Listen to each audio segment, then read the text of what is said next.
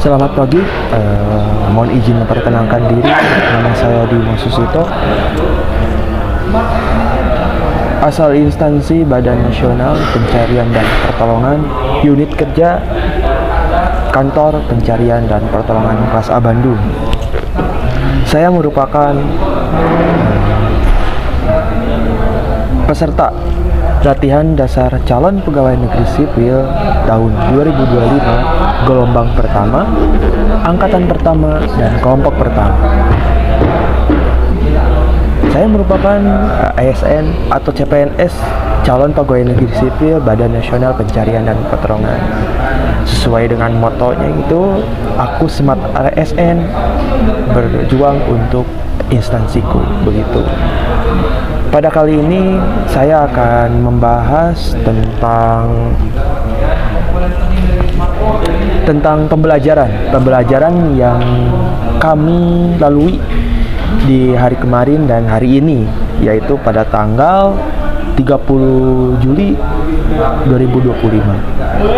Kemarin kita semua diberikan tugas, yaitu yang pertama membuat video monolog seperti yang saya lakukan seperti ini, membahas tentang apa aja sih tentang materi-materi yang disampaikan oleh pengampu Bu Naila kepada kami, khususnya di kelompok 1, itu dulu bersama pengampu Bu Naila. Dalam pembahasan tersebut, dalam video monolog tersebut, atau dalam tugas tersebut, atau dalam hari tersebut, pada hari kemarin tanggal 29, kita belajar tentang Smart ASN dan manajemen ASN yang dibuat dalam video monolog, begitu. Selanjutnya kami juga diberikan tugas untuk membuat ataupun mencari isu-isu tentang apa aja sih isu-isu digitalisasi pada pemerintah saat ini, gitu. Dibuat secara kelompok, kami dibagi kelompok, dan kami juga disuruh untuk mengaplikasikan media Zoom diskusi secara bersama-sama dalam ruang Zoom, begitu. Nah, pada hari ini kami memaparkan nih apa aja presentasi atau apa aja sih yang kami diskusikan dalam video ataupun dalam berkelompok di hari kemarin. Jadi dalam video kali ini kita dibagi menjadi 4 kelompok. Yang pertama, kelompok pertama itu membahas tentang kebocoran data EKTP. Nah, kebocoran data EKTP itu menjadi hal yang sangat riskan, ya, dikarenakan kebocoran data KTP itu pastinya sangat berdampak buruk bagi korban-korbannya, bagi masyarakat khususnya nih, karena data-data seperti NIK, alamat, tanggal lahir, alamat dan sebagainya disebarluaskan dan diperjualbelikan oleh orang-orang yang tidak bertanggung jawab.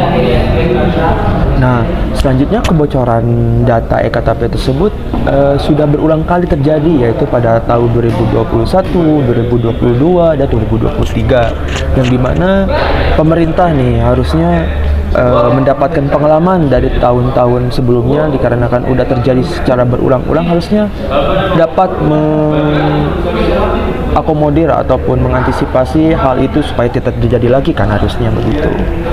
Selanjutnya, kelompok kedua itu ada teretasnya website Peduli Lindungi menjadi website judi online. Nah, website tersebut kan, Peduli Lindungi itu kan harusnya itu membahas tentang kesehatan, lalu membahas tentang sertifikat COVID-19, ya, rekan-rekan. Namun oleh orang-orang yang tidak berwenang dijadikan website judi online, yang dimana website judi online tersebut menjadi platform atau brosur untuk menampilkan atau mempromosikan suatu situs judi online. Nah, itu sangat tidak etis, ya, rekan-rekan, bagi orang-orang yang orang-orang yang tidak bertanggung jawab gitu loh, dan orang tidak bertanggung jawab yang dimana website pemerintah yang seharusnya memuat informasi yang bagus, yang baik tentang kesehatan, ini malah digunakan untuk promosi judi online oleh orang-orang yang tidak bertanggung jawab. Selanjutnya, kelompok ketiga yaitu tentang kebocoran paspor. Paspor itu kan sangat penting rekan-rekan, di mana paspor tersebut menjadi identitas kita nih untuk bisa keluar negeri, untuk bisa melakukan perjalanan, baik perjalanan secara hiburan, komersil, atau bisa untuk bekerja. Nah, kebocoran paspor itu sebenarnya sama seperti kebocoran ektp, yang dimana kebocoran tersebut memuat pastinya data NIK, data diri, data alamat, dan pastinya untuk paspor itu pasti ada data rekening yang diperjualbelikan. Otomatis data-data yang diperjualbelikan oleh orang yang tidak bertanggung jawab tersebut sangat-sangat membuat warga atau masyarakat yang terkena dampak tersebut pastinya mengalami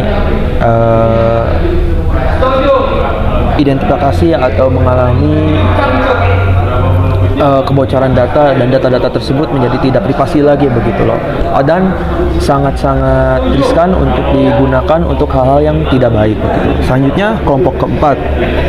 Nah, kelompok keempat itu membahas tentang keterlibatan nih ASN yang terlibat judi online. Nah, itu kan perilaku yang sangat buruk nih, dalam artian seharusnya ASN itu memberikan pelayanan, memberikan gambaran yang baik kepada masyarakat untuk tidak melakukan ataupun yang sampai menyentuh untuk judi online. Seharusnya malah ini ASN tersebut yang menggunakan ataupun melakukan judi online yang seharusnya tidak baik. Dalam artian judi online tersebut kan memang tidak baik, udah tuh haram, udah tuh sangat-sangat membunuh, dalam artian